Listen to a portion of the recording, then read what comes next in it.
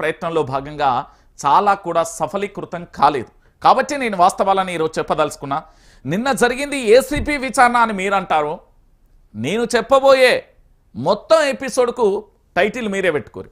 Right, నిన్న పొద్దుగాల లేవంగానే ఫస్ట్ తెలంగాణ ఉద్యమ సమయంలో కానీ ఆంధ్రప్రదేశ్లో కానీ వార్త అంటే జర ఈనాడుకు పత్రిక జర నిజాలను ఇస్తుంది, యువతకు సంబంధించి పూర్తి స్థాయిలో భరోసాని ఇస్తుంది, వాస్తవాలను తెలియజేస్తుంది అని మీరు అంటారు. సరే, నేను మొట్టమొదటిసారిగా ఇవాళ ఈనాడు పత్రికనే ఓపెన్ చేస్తా.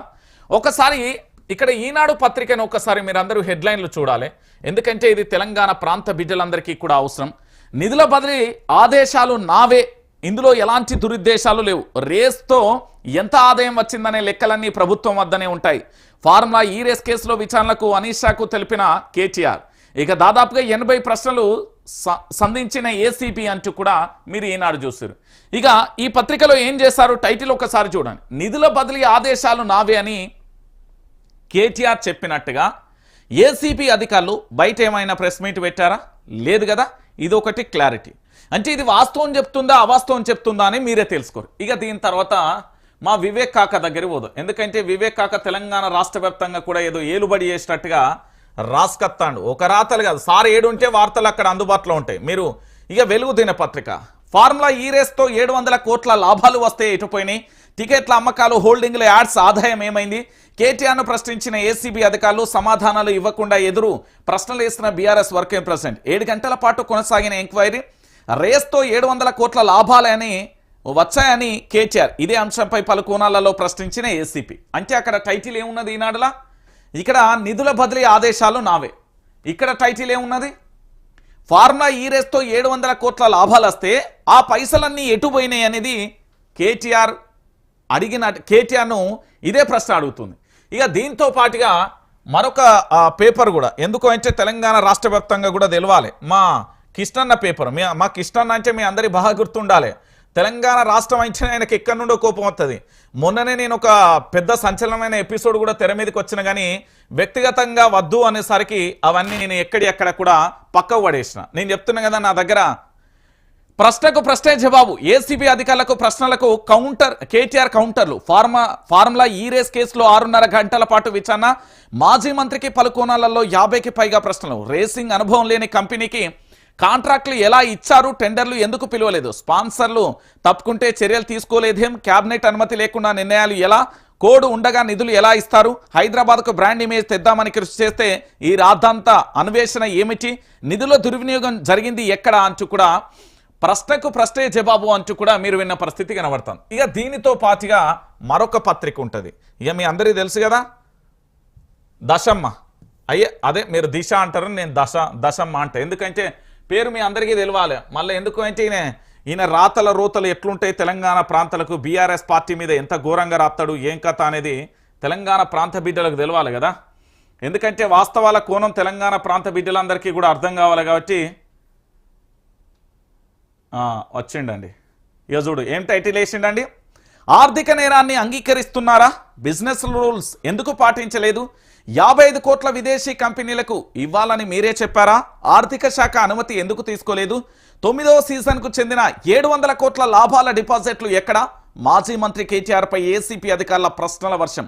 సుమారు 7 గంటల పాటు కొనసాగిన విచారణ, కేటీఆర్ కు సుప్రీంకోర్టులో నిరాశ, స్పాట్ విచారణకు అంగీకరించిన ధర్మాసనం, 15న విచారిస్తామని వెల్లడి అంటూ కూడా చెప్పిన పరిస్థితి కనబడుతుంది. ఇప్పుడు మీరు పత్రికలు చూస్తారు. దీంట్లో నమస్తే తెలంగాణను కూడా హెడ్లైన్స్ ఒకసారి చూపెడతాను. తప్పు చేయలేదు, తల వంచేది లేదు అంటూ కూడా కేటీఆర్కు సంబంధించి పూర్తి స్థాయిలో తన యొక్క ప్రెస్ మీట్కు సంబంధించి పెట్టిల్లు. రైట్, ఇప్పుడు ప్రశ్న ఏంది అనేది తెలంగాణ ప్రాంత బిడ్డలందరికీ తెలియాలి. తెలంగాణ రాష్ట్ర వ్యాప్తంగా ఇప్పటి వరకు అన్ని పత్రికలు చూస్తారు. మీకు సంబంధించి దరిదాపుగా ఈనాడు కానీ, ఆంధ్రజ్యోతి కానీ, వెలుగు కానీ, దిశ పేపర్ కానీ, మీరు ఎక్కువగా చూసే పత్రికలు పేపర్లకు సంబంధించి మీకు ఒకసారి తెలియజేసే ప్రయత్నం అయితే నేను చెప్పిన. ఎందుకు అంటే ఈరోజు ఏ పత్రిక ఎవరికి అనుకూలంగా నడుస్తుంది, ఏ పత్రిక ఎవరికి బానిసలా మారిపోయింది, జీ హుజూర్ అని ప్రకటనల కోసం మాత్రమే పనిచేస్తుందా, లేకపోతే పదవుల కోసం పనిచేస్తుందా? మీరు గతంలో కూడా చూడొచ్చు. ఏది ఒక శాటిలైట్ ప్రముఖ ఛానల్కు సంబంధించిన అధినేత ఏకంగా రాష్ట్ర రాజకీయాలలో పెద్ద కొలువేగొచ్చిండు చైర్మన్గా, మీ అందరికీ తెలుసు కదా. అంటే రాజకీయాలను మీడియా చేస్తుందా, మీడియా రాజకీయం చేస్తుందా అనేది ఒకసారి గుర్తుపెట్టుకోవాలి.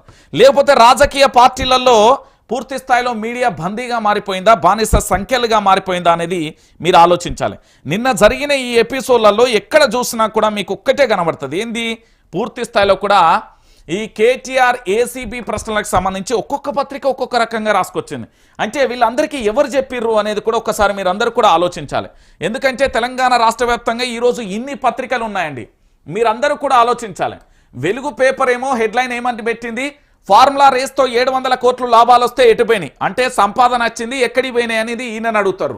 మరి దానికి సంబంధించిన ఒక వ్యవస్థ ఉన్నది మున్సిపల్ శాఖలో, దానికి సంబంధించిన అధికారులు ఉంటారు, అధికారులకు సంబంధించిన ఆడిటింగ్ ఉంటుంది, ఆడిటింగ్ సంబంధించిన పుస్తకాలు ఉంటాయి, పుస్తకాలకు సంబంధించిన లెక్కలు ఉంటాయి.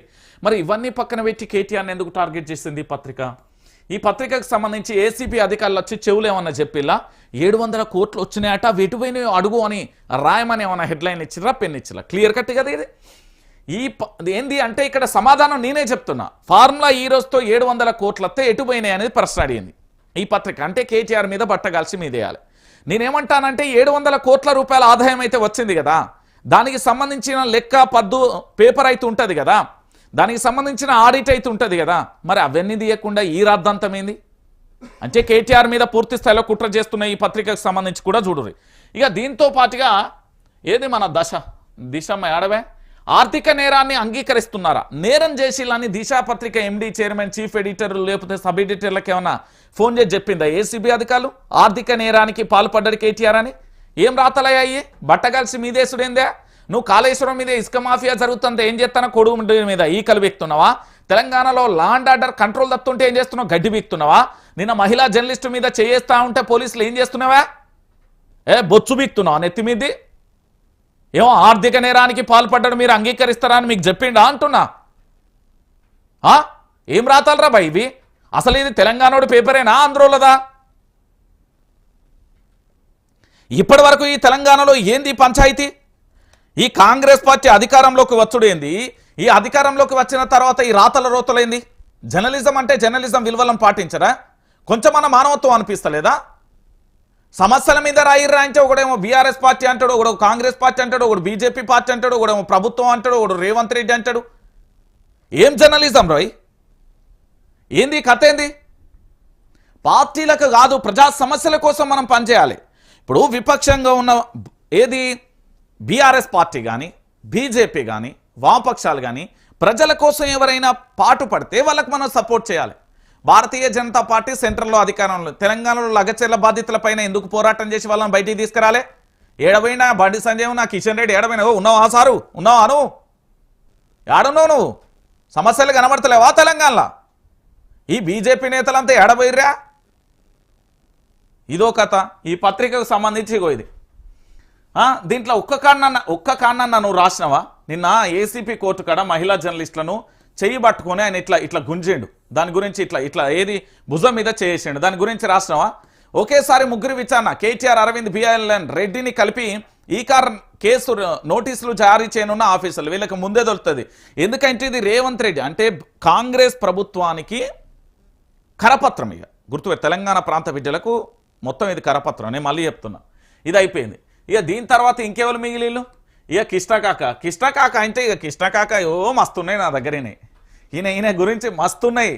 కానీ ఏంది రాజకీయాలలో ఉండే సీనియర్ జర్నలిస్టులు కానీ వాళ్ళందరూ చెప్తే అన్నీ ఎక్కడ ఆపినాయి. ఎపిసోడ్లు ఉన్నాయి నా దగ్గర ఈ పేపర్. సారీ, ఎందుకు ఈ విషయాన్ని చెప్తున్నానంటే మీరు జర్నలిజం చేయండి, తప్పులేదు.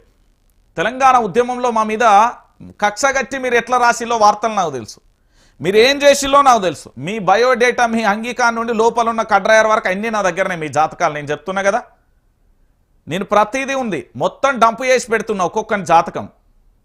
ప్రశ్నకు ప్రశ్న అని మీకేమన్నా సమాధానం? అరే బై బాజాప్తుగా విచారణ జరిగినప్పుడు వాళ్ళు ఏది అడుగుతారు? ఇప్పుడు నేనే విచారణ కసరైనా నీ కింది నుండి ఒకటి మీద నుండి అడ్డగోలుగా ప్రశ్నలు అడుగుతారు. ఒకటే ప్రశ్న ఎన్నిసార్లు తిప్పిన్నాను, అదే సైబర్ క్రైమ్లో. పొద్దున్న నుండి సాయంత్రం దాకా పంచాయతీ.